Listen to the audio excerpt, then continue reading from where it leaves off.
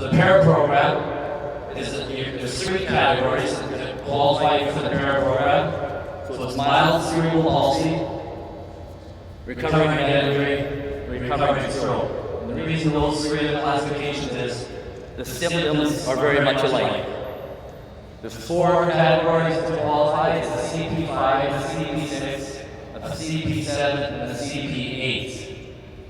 The CP5 and 6 are pretty much the same, where they'll be affected by both legs, or potentially both hands or arms, or potentially all 4 limbs. The CP7 is an athlete that is affected only by one side. So it could be one leg, it could be one arm, it could be one athlete in that arm. CP8, which will show you that you will not see a disability in CP8.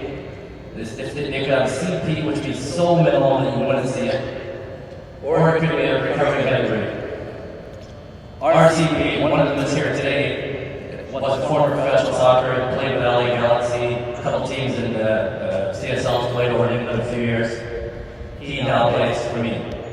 He was a goalie, sort of as a Peter Check for Chelsea, had a very bad concussion during the game. And now, as most goalies, he now plays forward for us. And that's all goalies want to be forward. So he's you'll see it in a minute. So what we're going to do is I'll just show you some of the runs. What we're going to do is I'll just one or two of my athletes out. I'm just going to have them jog back and forth, forwards and backwards. And hopefully, I know it's pretty large here, hopefully you'll be able to see the symptoms so that when you go home to your clubs, can you now go home and identify players? I guarantee you there's players in all of your associations that have CP, especially younger groups that are playing and you don't know that they have CP. And another main thing is probably a lot of you probably don't even know about the parent program. So really briefly, 2005 when I came on board the CSA, we were ranked up in the 30s. As of last year, Barcelona, we're now ranked 11th in the world. We've done very, very well over a short period of time. Usually in the CP5 world, we play with smaller nets. The nets in the corners of that would be the size of our nets. So usually, most countries in the world will use their CP5s and nets. Only unfortunately because their running ability usually can't keep up with them. So these two, the CP5s and 6s, they're very knee-locked. And it's weird, when I was young in school, we called them pigeon-toed. So basically, they cannot turn their feet out, right? And as you see, if they run, just spread out this way. If you see when they run forward, they don't do too bad. And you'll see when they run backward, they have a bit of problems. So just drop it to white line, guys. So it's not too bad. At times they tend to catch their toes in the... Okay, come on, backwards.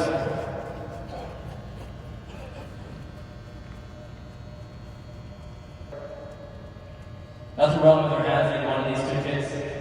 Just their knees and their feet. You see Kyle has a harder time running backwards than Yuri does. Okay, that's good, guys. So that's what a CP5 or CP6 athlete looks like. So if you see somebody playing soccer or somebody walking down the street, that would be a CP5 athlete. So if you just have a quick look, I don't want to make this guy still very steady. So these are all 3 CP7 athletes, but all of different degrees, right? So Dustin's major CP athlete. This is right hand. This is Dustin's right hand. It's there. A lot of my CP athletes are walking around town like this with their hand in the pocket, right? At times trying to hide their very small disability. Johnny's even stronger with his hand, right? And Sammy's got pretty much nothing in his hands. Sammy's only 16 years old, won an MVP award in Barcelona 2 years ago at the age of 15.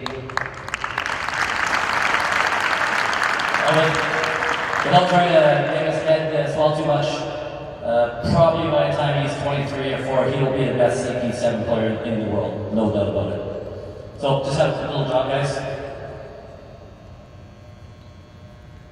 So not too much in the feet, but they do have CP in their feet. So as you can see, not much movement. Okay, and just hold that for you guys for me. Off you go. So again, very well. Dustin's a very, very fast runner.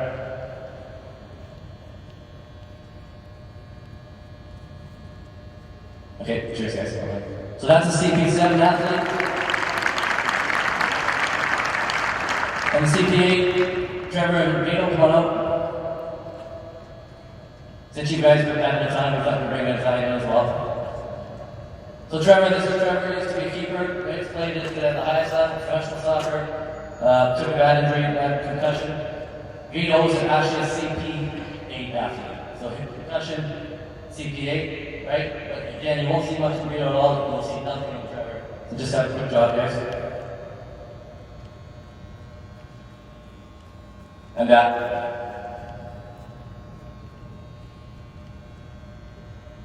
this way. So if you're trying to recruit a CPA in the program, you'd all know about CPAs the same way I found them. That's good, guys, thanks. Is I heard about it. I've heard they've had a car accident. So you wouldn't be able to see a CPA walking down the road and say, hey, I'm a CPA because you can't see the disabilities, right? So if you know somebody's had, playing soccer, bang, well, a perfect example, I hate playing hockey, but there are members could play pair soccer. Right? So if you know soccer players who've had a bad concussion, and the doctors have told them you shouldn't be playing soccer, don't tell the doctor, but tell me. Right? And that'll classify them to the program. Okay, so on that note, we're actually here for training camp. We're in the bubble, and we're supposed to start training at 12 o'clock, so we missed a bit of our training. So at the end of the day, guys, if you have any questions about this program, contact the CSA, get a hold of myself via email through the CSA. We're always looking for players. I've seen over 100 kids in the last 7-8 years, but we're always looking to build. On a real quick note, if you want to see some highly entertaining soccer, this September, Toronto and Canada are hosting the Americas. So Brazil, Argentina, Colombia, Venezuela, the USA, Mexico, Canada, we're having a competition for World Championships qualifying event. We'll be at the University of Toronto playing, so keep your eyes and ears open for that and come out and support this team if you have a chance. Thanks for having us.